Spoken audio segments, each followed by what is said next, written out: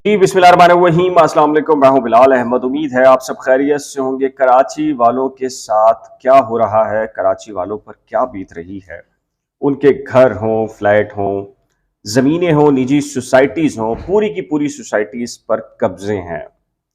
और क्या ये चंद एक पुलिस एहलकारों, डिप्टी कमिश्नर, रेवेन्यू के जो एहलकार या अफसरान हैं, उनकी मिलीभगत से हो रहा है?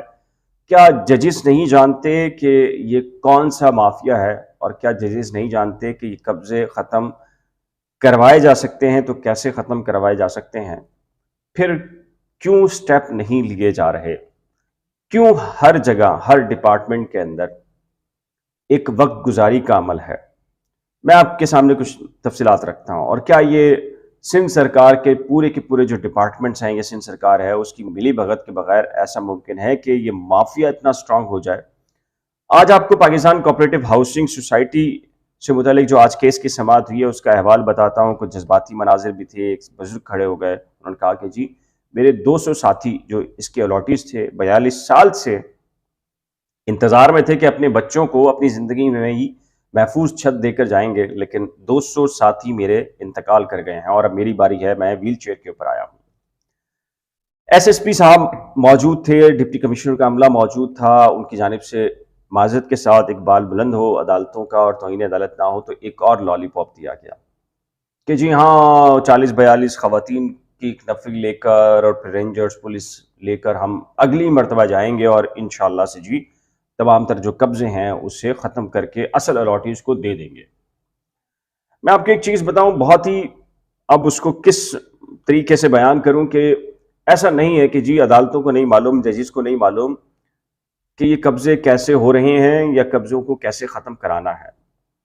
जस्टिस सैयद हसन अजहर रिजवी ने अपने ऑब्जर्वेशन में कहा कि आम पुलिस वालों से तो कुछ नहीं होगा, इसमें एसएसयू के जो कमांडर हैं वो होने चाहिए, इसमें रेंजर्स होनी चाहिए।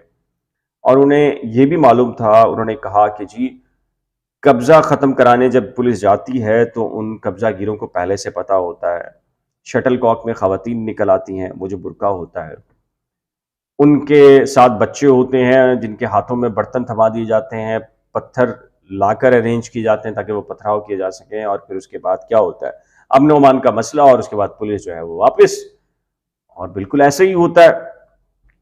एक बुजुर्ग ने ये कहा जो जज्बाती हुए अदालत में, उन्होंने कहा कि सर इन्होंने गुज़िश्ता समाअत पर 670 के करीब एहलकारों की एक फहरिस्त दी कि जी डिप्टी कमिश्नर का अमला, जो ईस्ट पुलिस है डिस्ट्रिक्ट की, वो पूरी आएगी और उसमें ये होगा, फला होगा, प्रोटोकॉल के साथ आएंगे और तहस नहस कर देंगे, इन सारे इंक्रोचर्स को ख़त्म करके असल मालिकान को ज़मीन दे देंगे।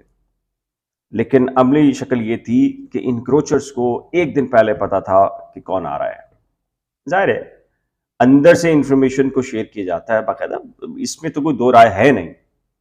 और कहा कि वो 670 एहलकारों की नफरी छोड़िए, 2 पुलिस मोबाइल आई, चंद एहलकार थे, नुमाइशी तौर के ऊपर जैसे आगे बढ़े तो पथराव का सामान, बर्तन, खवातीन, बच्चे सारे मौजूद थे। उन्होंने पथराव किया, भाग कर आ गए और एक रिपोर्ट बना दी कि जी अमन अमान का मामला है और इसलिए हम मजीद ऑपरेशन नहीं कर सकते, जानी नुकसान हो सकता है। अब जज साहब को भी मालूम था कि जज साहब ने भी कहा कि ये सारी सूरत हाल ऐसे ही है, लेकिन ये मामला कैसे हल होगा। और मेरा ख्याल है कि जी कई बरसों से, कई समातों से यही डायरेक्शन है। क्यों नहीं उसी वक्त डिप्टी कमिश्नर या एसएसपी कंटेम्प्ट ऑफ कोर्ट के अंदर फारिग किया जाता? ये एक बड़ा सवाल है।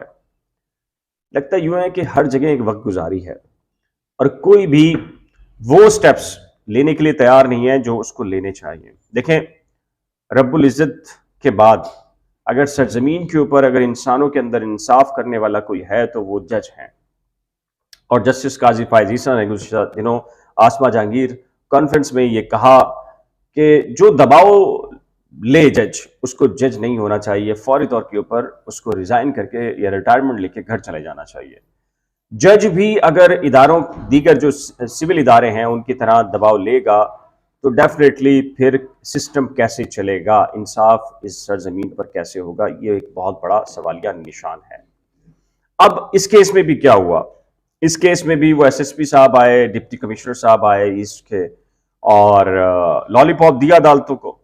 और अदालतों ने बरहमी का इजहार किया, नाराज़गी का इजहार किया और कहा कि कौन इंसाफ देगा और कौन इन्हें यूँ करेगा।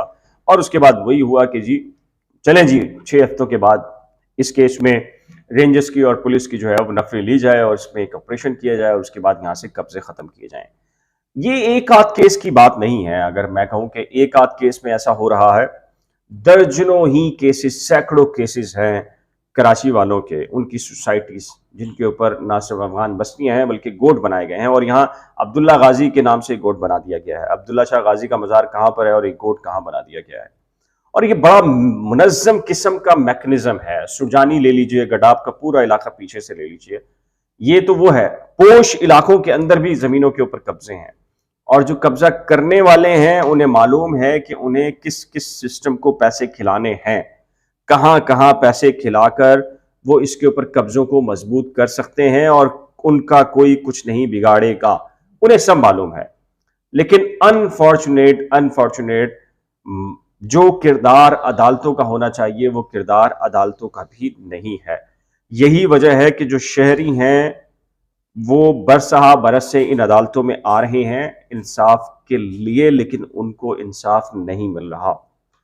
अदालत में जाहिर है कि वो कुछ बयान नहीं कर पाते, एहतराम की वजह से, डर की वजह से, खौफ की वजह से। लेकिन जैसे ही वो अदालत से बाहर निकलते हैं तो अदालत के बारे में उनके रिमार्क्स कैसे होते हैं वो जाहिर है मैं ना खुद बयान कर सकता हूँ, ना अपने टेलीविजन चैनल्स के ऊपर चला सकता हूँ, ना ही बता सकता हूँ।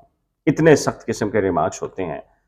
और कल एक जो हड़ताल थी उसके बाद एक साहब मिले और उनसे मैंने पूछा कि क्या कहेंगे इस हड़ताल के ऊपर। तो उन्होंने कहा कि हड़ताल तो छोड़िए, हमें तो लगता है यहाँ डेली हड़ताल होती है। मैंने कहा ऐसा क्यों है? तो उन्होंने कहा कि यहाँ डेली ही काम नहीं होता। हमारे जब भी केसेस की नंबर आता है बारी नहीं आती, बारी आती तो जवाब नहीं आता, जवाब आता है तो पेश नहीं होता, पेश नहीं होता तो उस दिन लंबे केसेस होते हैं, उस वक्त मूड नहीं होता चलाने का। तो ये तो वक्त गुजारी है।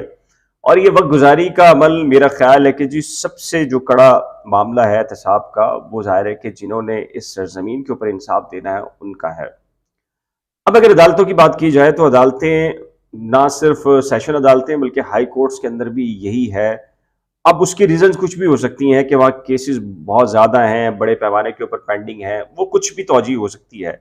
लेकिन अगर 2-4 केसेस में किसी डिप्टी कमिश्नर को, एसएसपी को, किसी और तप्पेदार को, मुख्तियारकार को इस तरह के केस में मेरा ख्याल है कि कंटेम्प्ट ऑफ कोर्ट के नोटिस के ऊपर अगर उसे फारिग कर दिया जाए जॉब से, कराची के अंदर हज़ारों मुलाजमीन है ना, 2-4 को फारिग कर दें, सिंध बिल्डिंग कंट्रोल अथॉरिटी से, केडीए से, किसी भी डिपार्टमेंट से आप फारिग कर दें, देखिए कैसे सिस्टम ठीक नहीं होता।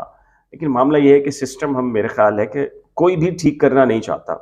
एक वक्त गुजारी का मामला है, सब कर रहे हैं जो कर रहे हैं, बाकी सब भी कर रहे हैं, तो वही काम अदालतें कर रही हैं और कोई भी अपनी पोजीशन से बढ़कर लोगों के मसाइल या उनकी मुश्किलात को समझने के लिए तैयार नहीं है। आखिर ये सिस्टम कैसे ठीक होगा? क्या करना चाहिए इस सिस्टम के बारे में? आपकी राय क्या है? अपनी कीमती राय का इजहार नीचे दिए गए कमेंट सेक्शन में जरूर तय कीजिएगा। एक नए व्लॉग के साथ जल्द मिलेंगे, लेकिन जाने से पहले एक रिक्वेस्ट है कीजिए, अगर आपने करंट अफेयर्स विद बिलाल और नई खोज को अभी तक सब्सक्राइब नहीं किया तो बराए करम सब्सक्राइब, वीडियो को शेयर, लाइक और बेल आइकन को लाजमी प्रेस कीजिएगा। खुदा हाफिज।